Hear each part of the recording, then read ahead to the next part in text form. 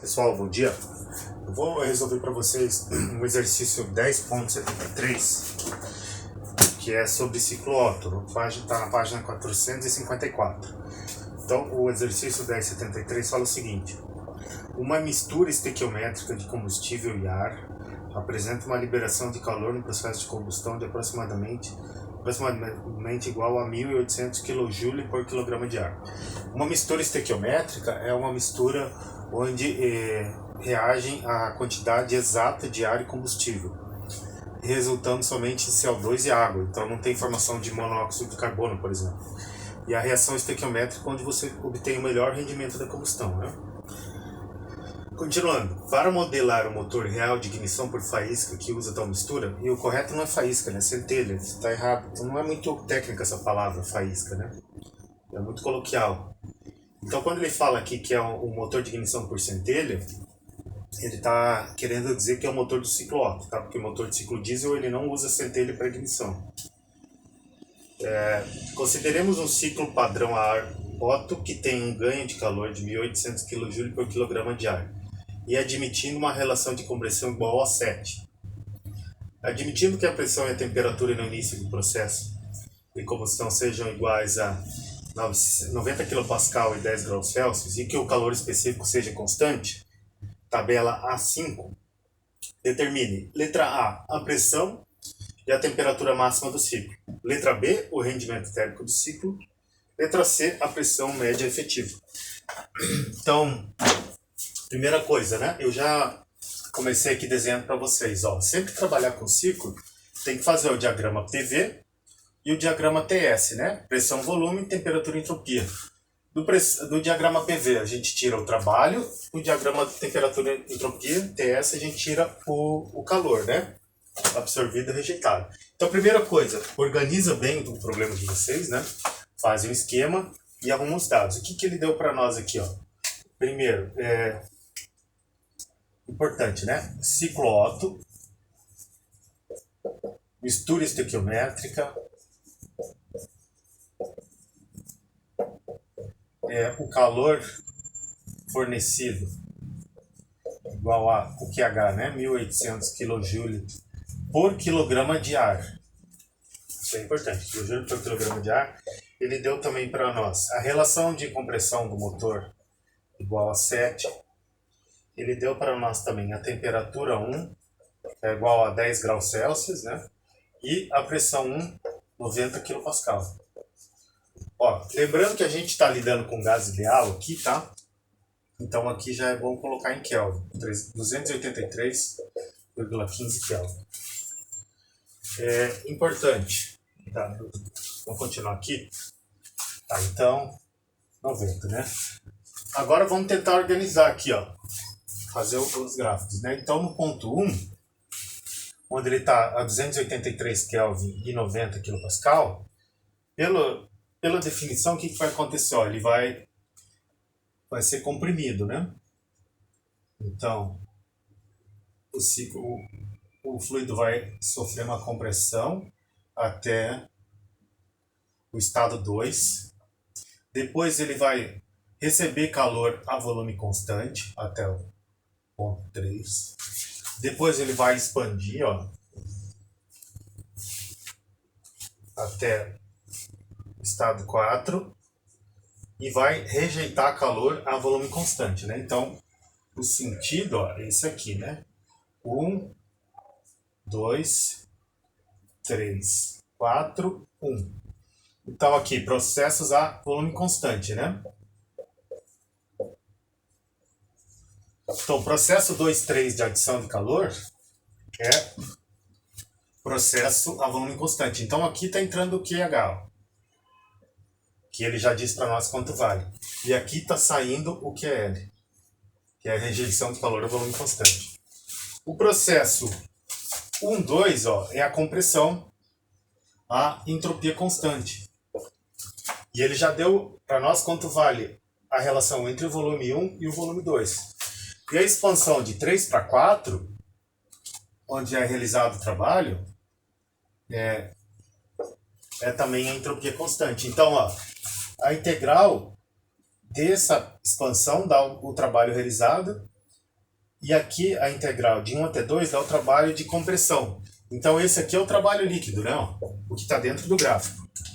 Aqui. Esse aqui é o trabalho líquido, que é o trabalho de expansão menos o trabalho de compressão. Tá legal? E aí a gente faz agora o diagrama TS. Ó. Então ele começa no ponto 1 e vai a entropia constante, né? Tá vendo? 1 até 2 é entropia constante. Então aqui, ó, S1 igual a S2. E aqui V2 igual a V3. E aqui V4 igual a V1. Posso apagar e colocar aqui de novo, né? Então, V2 igual a V3, V3 igual a V2, e aqui é V1 igual a V4, porque é volume constante, né? Então, aqui, ó, processo de compressão isentrópica de 1 até 2, então ele recebe trabalho. Depois é um processo 2 até 3, onde a temperatura e a entropia aumentam, tá? 3. Aqui, depois, processo 3, 4. A entropia constante, e depois um processo 4.1 a volume constante. Então aqui é o 4 e esse aqui é o sentido, né? Então aqui é volume constante e aqui é volume constante. Então aqui é o trabalho e aqui é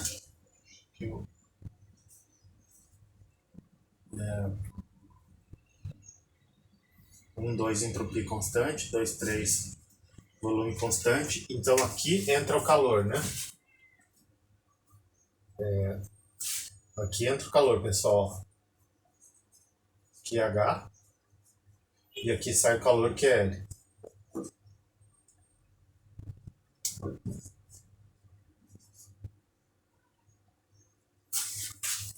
E aí aqui dentro, ó, a área líquida é o calor líquido fornecido ao ciclo, né? Que na verdade também é o trabalho líquido. Pode ser calculado também como trabalho líquido, né? Porque pela primeira lei, a diferença entre o calor adicionado e o calor rejeitado é o trabalho líquido. Bom, então agora a gente pode começar a calcular os estados aqui, o que vai acontecer, né? Então, para esse caso, ó, o melhor que vocês fazem é organizar assim, ó. Estado 1, estado 2, estado 3 e estado 4.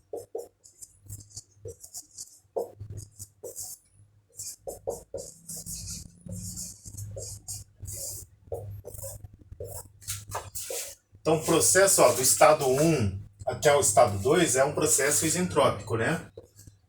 Isentrópico. Do estado 2 até o estado 3 é um processo isovolumétrico ou isocórico. E do estado 3 até o estado 4, novamente isentrópico. E do estado 1, do estado 4 até o estado 1, novamente isocórico, né? Isovolumétrico.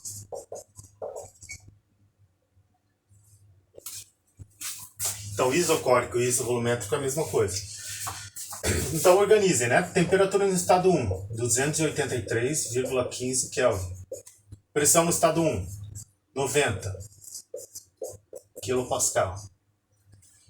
E aí no estado 2, como a gente sabe que é um processo isentrópico, S2 é igual a S1.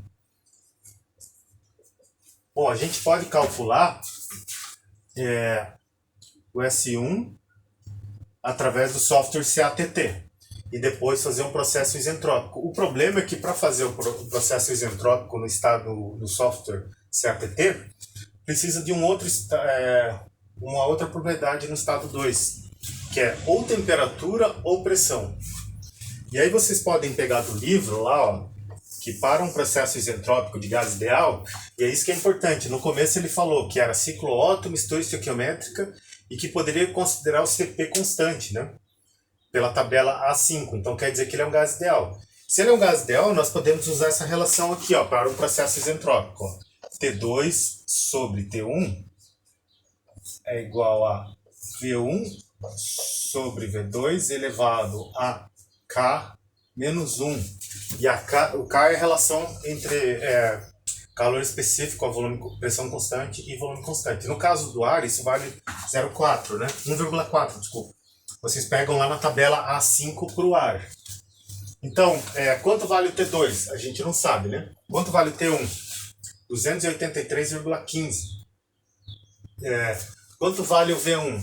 O V1 eu posso pegar, mas mais importante, ó, ele deu para nós a relação de compressão, que vale 7. A relação de compressão é o V1 sobre o V2. Tá aqui. Então é só jogar aqui, ó. Então o T2 sobre o T1, que é 283,15, vai ser igual a relação de compressão a 7, elevado ao K, que é 1,4 menos 1. Então a gente já calcula o T2. E o T2, calculando dessa forma aqui, vale 616,67 Kelvin. Vocês podem usar a outra relação para processo isentrópico, que está dado no capítulo 6, para achar pressão. Porque daí a gente tem T2 sobre T1 igual a P1 sobre P2 elevado a K. Ou vocês pegam o software CATT, né? Porque daí aqui a gente já vai ter achado o T2, que vale 616,67. E aí vocês pegam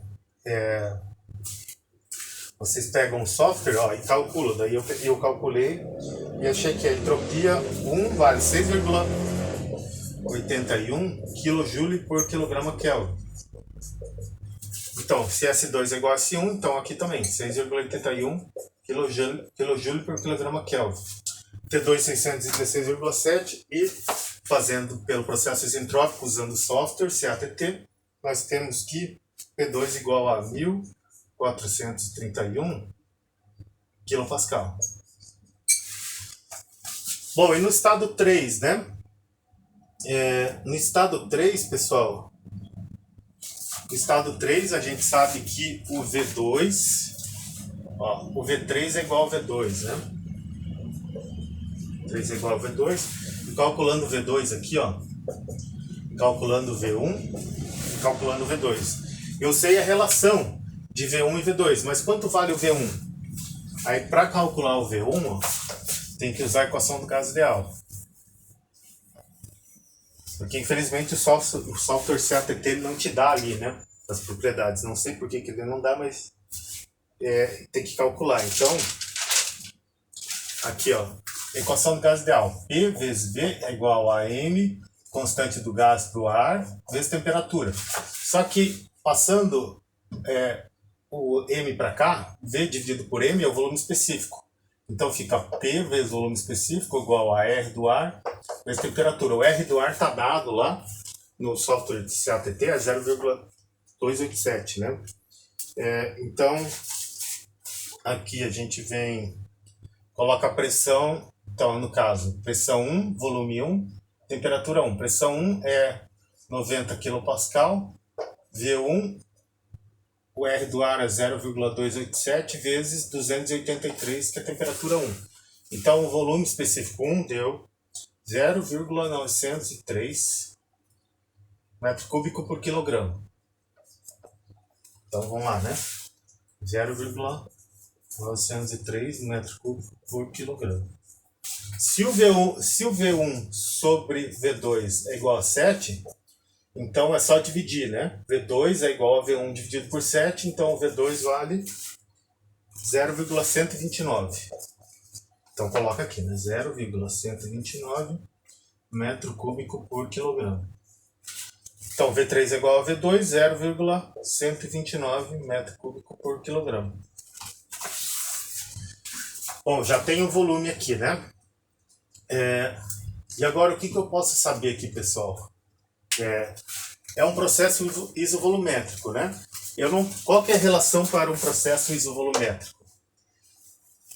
A gente viu que para um processo isentrópico, a relação entre pressão e volume era P2 sobre P1 sobre P2, desculpa, P2 sobre P1 é igual a V1 sobre V2 dividido por K menos 1, né? Isso aqui é para o processo isentrópico. Agora, para um processo isovolumétrico, a gente pode escrever aqui P2 sobre P1, ou no caso, né, isovolumétrico aqui, ó, P3 sobre P2 é igual a T3 sobre T2. O P2 e o T2 eu tenho, né? Ótimo. O P3 vale quanto? Não sei. O T3 vale quanto? Não sei. E eu tenho outra equação, né? P3 vezes V3 é igual a R vezes T3. Que na verdade essa equação resultou aqui. Então eu tô com um problema, eu não vou conseguir calcular isso aqui, tá? Porque eu só tenho volume no estado 3, eu não tenho temperatura nem pressão. Então o que a gente pode fazer aqui, ó? A gente tem que voltar para o ciclo e olhar o que está acontecendo. Ele me disse que o calor adicionado a volume constante entre o ponto 2 e o ponto 3 vale 1.800 kJ por quilograma de ar. E se vocês olharem lá na parte do ciclo Otto, vocês vão ver que o QH é igual ao CV T3 menos T2. T2 a gente tem, né? O CV vocês tiram lá da tabela A5, o CV0, né? A temperatura de referência. O QH ele deu. Então vamos lá, 1.800 igual a... eu sei que o CV é CP, deixa eu pegar aqui quanto é, na tabela A5,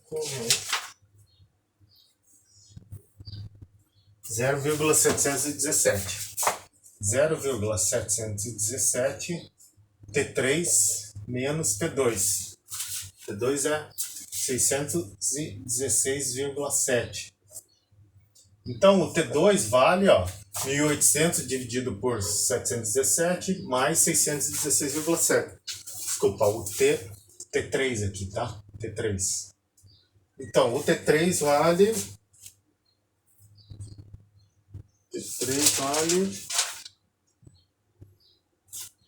3.126.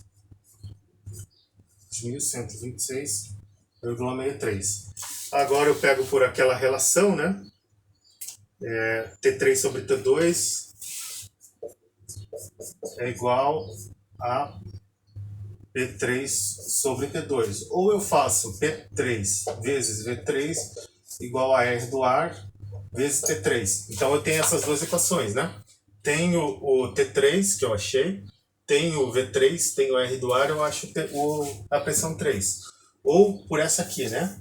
Eu posso escolher agora, qualquer uma das equações. Então, T3 deu 3.126,63 Kelvin.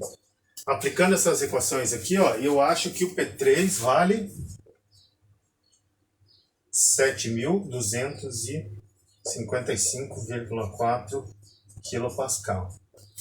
Então a gente já pode colocar, ó, essa P3 aqui, ó, que é a maior pressão, vale 7.255,4 kPa.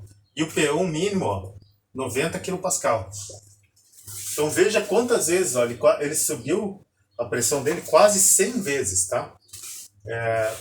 10 vai para 900 e 100 iria para 9.000. Foi aqui umas 70 vezes.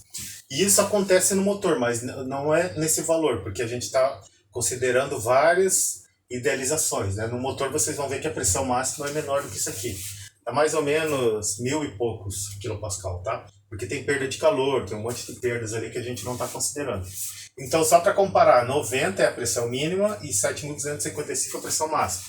Aqui, ó, T3 máximo T3 é igual a 3.126 Kelvin e o T1 é 283. Então talvez cento e poucas vezes mais, né? Não, cento e pouca não, 10 vezes, 2.800. Aqui dá 11 vezes a temperatura, né? Então entre 283 e 3.126 e a pressão variou entre 90 e 7.255 kPa. Então já achamos o primeiro, né?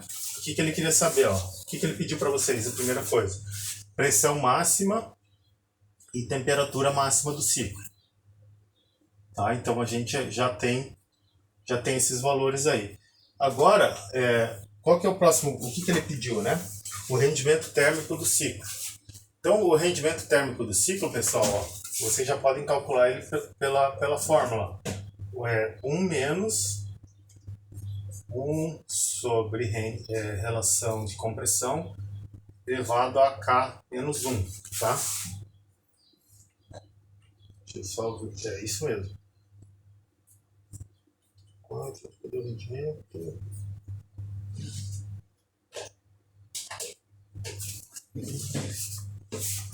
Ou o rendimento pode ser também. Deixa eu parar aqui. Então, para calcular o rendimento agora.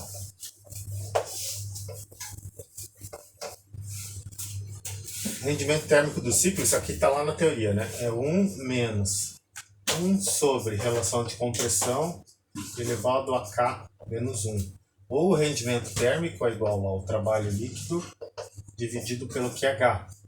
E aí, aqui, ó, o trabalho líquido é igual a QH menos QL.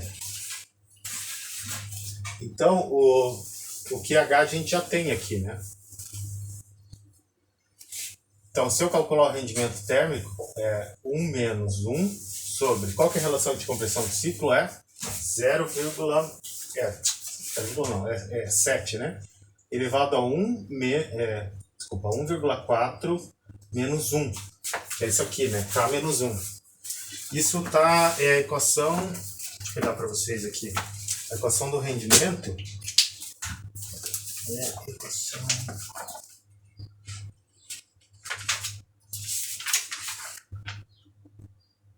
É a equação 10.12, né?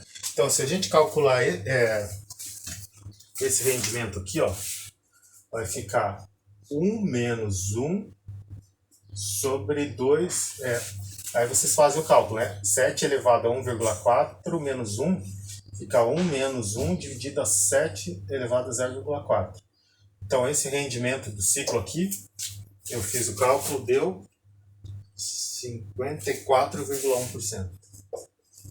54,1%. Então anotem, né? O rendimento térmico deu 54,1%. Vou colocar aqui, ó.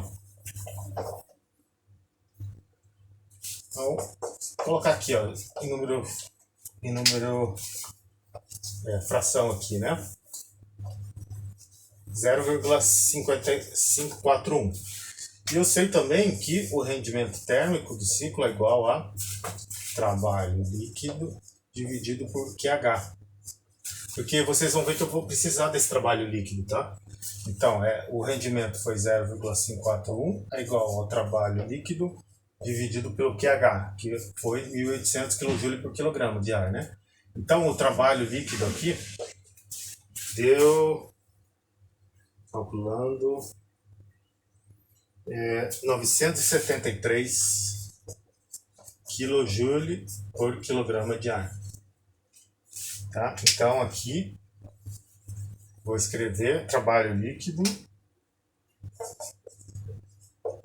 973 kJ por quilograma de ar. Por que eu preciso disso? Ó? Porque aí eu vou calcular o último item que ele pediu, né? Que foi... Ó, a pressão e temperatura máxima do ciclo a gente achou. O rendimento térmico do ciclo foi 54,1%, né? E a pressão média efetiva. Pressão média efetiva. Então, o que é a pressão média efetiva? Ó? A pressão média efetiva está relacionada com o trabalho líquido. Vocês lembram que trabalho é igual a integral de PDV.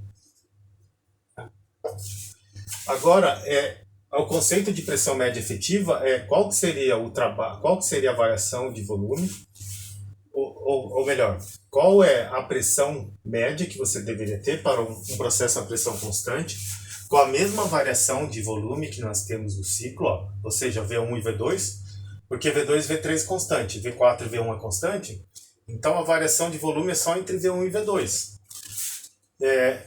Qual seria a pressão média para essa variação de volume e para o trabalho líquido do ciclo?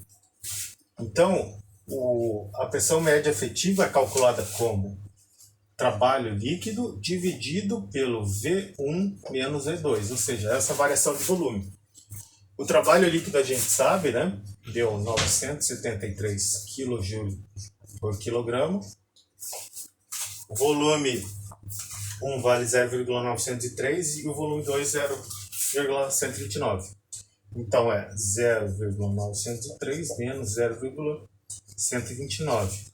Então, fazendo essa conta aqui, ó, a pressão média efetiva me deu 1.257 kPa. Então, quanto maior a pressão média efetiva do motor, mais a capacidade dele realizar trabalho, mas ao mesmo tempo maior a solicitação mecânica, né? Daí você tem que tomar cuidado com o motor.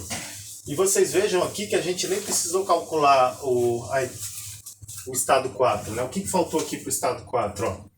Faltou a entropia 4. Entropia 4 é igual a entropia 1. O volume 4 a gente já sabe, ó, o volume 4 é igual ao volume 1. E aí, a partir disso, a gente pode calcular a temperatura e pressão por um processo isentrópico, entre 3 e 4. Né? Mas não foi necessário, porque nós já calculamos, né? A temperatura 3 e pressão 3, que são temperatura máxima e pressão máxima do ciclo, rendimento 54,1 e pressão média efetiva 1.257 kPa, tá, pessoal?